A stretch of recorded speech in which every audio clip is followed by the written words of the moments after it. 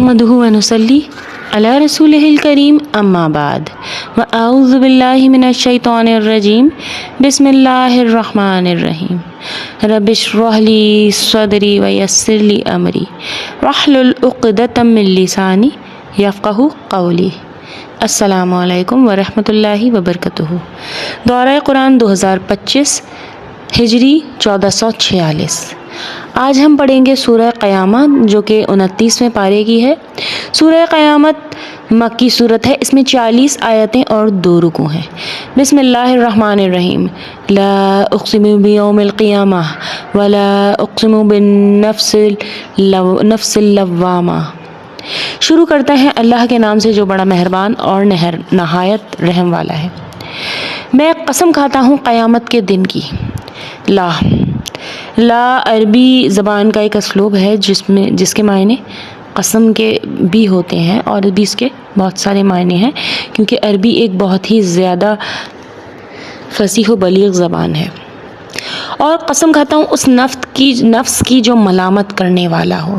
ملامت کرنے والا یعنی بھلائی پر بھی کرتا ہے کہ زیادہ کیوں نہیں کی، اور برائی پر بھی ملامت کرے، یعنی وہ جس کا ضمیر زندہ ہو، جس کا دل فطرت سلیمہ پر ہو، جس کی فطرت یعنی کہ صحیح ہو، اچھے اور برے میں تمیز کرنے والی، اسے نفس اللوامہ کہتے ہیں۔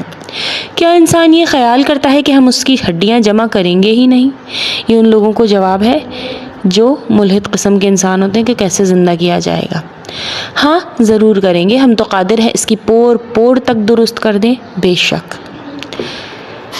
بلکہ انسان تو چاہتا ہے کہ آگے نافرمانیاں کرتا جائے، پوچھتا ہے کہ قیامت کا دن کب آئے گا، بس جس وقت کی نگاہ پتھرا جائے گی، یعنی سکتے میں پڑ جائے گا انسان حیرت سے قیامت کی ہولناکی دیکھ کے، اور چاند بے نور ہو جائے گا اور سورج اور چاند جمع کر دیے جائیں گے، یعنی سب ایک جگہ قطار میں جمع کر دیے جائیں گے۔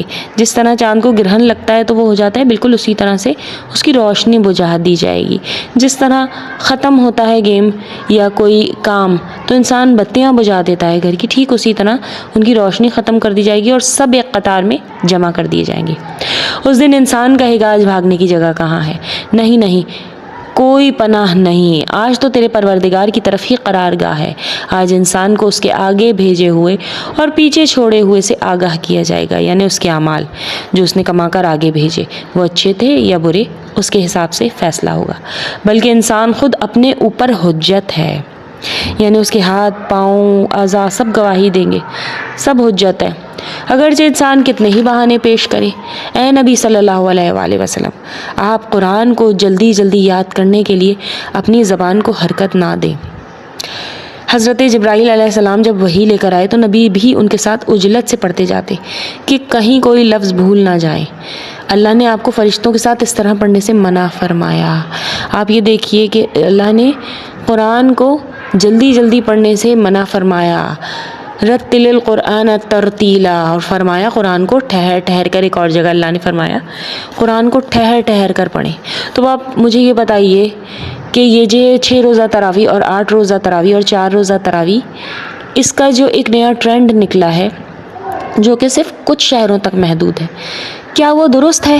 جبکہ اللہ تعالیٰ نے خود نبی کریم صلی اللہ علیہ وآلہ وسلم سے فرمایا کہ جبرائیل علیہ السلام کے ساتھ کتنے بڑے نبی، کتنے مقرب فرشتے، ان کے ساتھ مل کر بھی تیز نہیں پڑھا جائے گا۔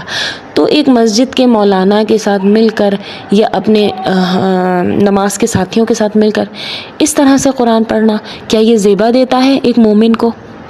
آگے اللہ تعالیٰ آیت نمبر 17 میں فرماتے ہیں اس کا جمع کرنا اور آپ کی زبان سے پڑھنا ہمارے ذمے ہے، یعنی آپ کو حفظ کرنا اللہ ہی کے ذمے ہوتا ہے۔ انسان صرف نیت کرتا ہے اور اللہ صرف کوشش مانگتا ہے۔ جب انسان کوشش کرتا ہے تو نتیجہ اللہ کے ہاتھ میں ہوتا ہے، یعنی آپ جلدی مت پڑھیں، اس کا حفظ کرانا ہمارے ذمے ہے۔ جب ہم اسے پڑھ لیں تو آپ کے پڑھنے کی پیروی کریں، یعنی جب اسے پڑھ لیں تو آپ اس کے پڑھنے کی پیروی کریں، یعنی جب جبرائیل علیہ السلام قرأت پوری کر لیں تو پھر آپ پیروی کریں، ان کے ساتھ ساتھ دہرانے کی اور یاد کرنے کی کوشش نہ کریں، وہ ہمارا ذمہ ہے۔ پھر اس کا واضحہ کر دینا ہمارا ذمہ ہے، یعنی اس کی حکمت بھی عطا فرمانا اور شرح صدر بھی دینا اور اس کا مطلب بھی سمجھانا۔ نہیں، تم جلدی ملنے والے دنیا کی محبت رکھتے ہو اور آخرت کو چھوڑ بیٹھے ہو، یعنی کہ یوم قیامت کی تکذیب، جو لوگ آخرت کو جھٹلاتے ہیں، جو لوگ آخرت کے لیے اعمال جمع نہیں کرنا بھی تو آخرت کا انکار ہی ہو گیا نا، نہ وہ آئے گی نہ ہی ہم اس کے لیے کوئی کام کریں گے، اپنے رب کی طرف دیکھتے ہوں گے۔ اس روز بہت سے چہرے تر و تازہ اور بارونق ہوں گے، آیت نمبر 22۔ آیت نمبر 23، اپنے رب کی طرف دیکھتے ہوں گے۔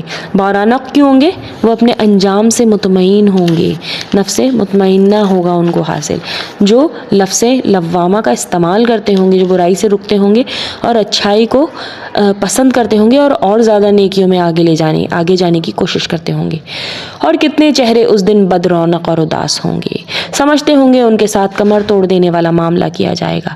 نہیں، جب روح ہسلی تک پہنچ جائے گی، یہ گردن کے قریب سینے اور کندھے کے درمیان کی ہڈی ہے، جب موت کا آہنی پنجہ تمہیں اپنی گرفت میں لے گا، تمہاری گردن پکڑے گا اور تمہاری روح نکل کے ہسلی تک پہنچ جائے گی، اور کہا جائے گا کوئی جھاڑ پھونک کرنے والا ہے، اور جان لیا اس نے کہ یہ وقت جدائی ہے، اور پنڈلی سے پنڈلی لپٹ جائے گی، یعنی تکلیف کی اذیت سے انسان جس طرح سے ٹانگیں ایک دوسرے سے لپٹاتا ہے۔ آج تیرے پروردگار کی طرف چلنا ہے، اس نے نہ تو تصدیق کی نہ نماز ادا کی، بلکہ جھٹلایا اور روگردانی کی۔ نماز چھوڑنے والے کو بھی یہاں پہ جمع کیا جا رہا ہے۔ پھر اپنے گھر والوں کے پاس اتراتا ہوا گیا،